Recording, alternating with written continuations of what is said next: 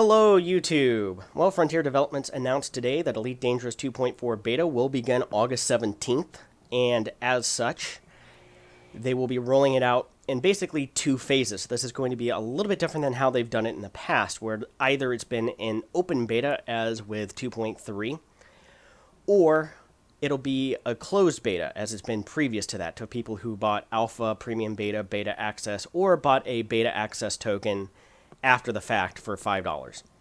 This time around, it will open up to beta backers or those with beta access first. Then they're going to shut things down for a little bit, probably to try to fix bugs and hopefully fix bugs this time, and then come back with an open beta period for everybody. And I think that this is a fair enough way of doing it. Again, they will probably still open up the store and allow people to buy access to beta if they so choose. I personally don't think it's worth it. If you already have beta access, by all means, please go test things out. I certainly will.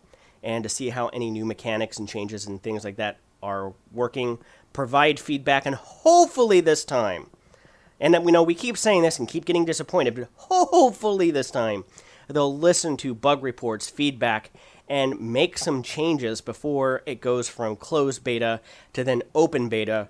Continue to gather feedback, bug reports, fix things, and hopefully get all the glaring obvious problems solved before then launching it to live. I imagine that we'll see 2.4 officially go live sometime in the middle to late September. This would probably line up nicely with that October 7th Frontier Expo days. It'll probably coincide with that, or some major event in-game will probably coincide with that. Now, 2.4 is going to be also remarkably different in previous patches before this. It had always been all of the content dropped in one huge mega patch release, with maybe some updates shortly thereafter, like the 2.3.1 and 2.3. I don't know, are we at to 2 yet?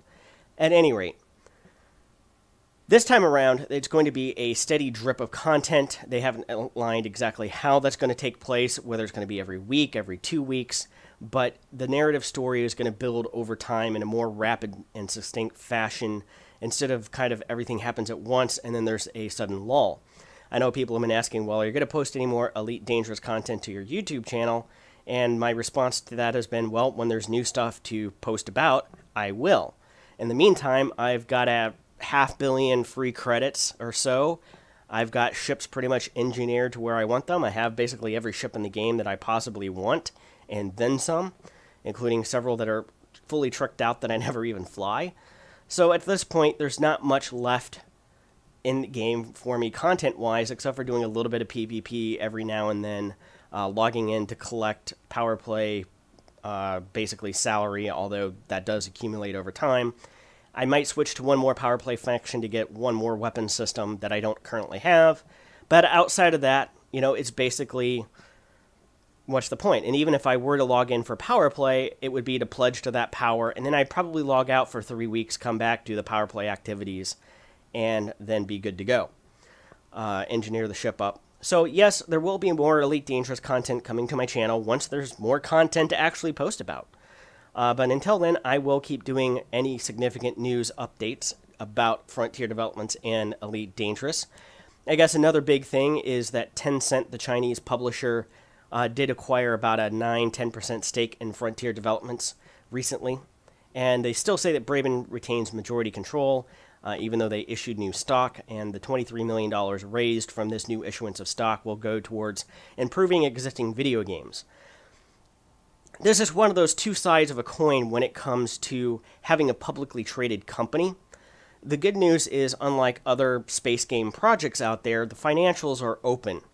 You can go to, I think it's the Clearinghouse, UK Clearinghouse, download a copy of their annual reports, and see where their profit loss statement, how much cash on hand, where things are going with the company and various properties, and you can easily surmise things from that, because they are a publicly traded company.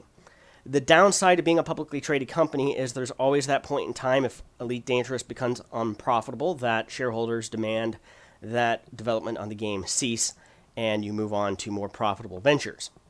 So again, it's two sides of a coin, but seeing that they are getting some interest from other big name publishers in terms of investment, that they now are capable of issuing stock to raise $23 million that they then can go reinvest in either existing titles or content for new titles coming out without having to go back to the backers and sell a new round of internet spaceships, for instance. So it's one of those things. It is a two-sided coin.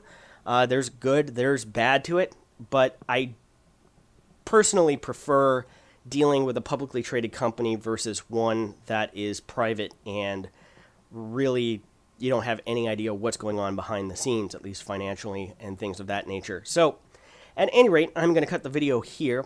Thank you very much for watching. Be sure to like, subscribe, share, do all of those fun things. Tell me how I'm wrong in the comments section down below. Like, dislike. Until next time, see you later.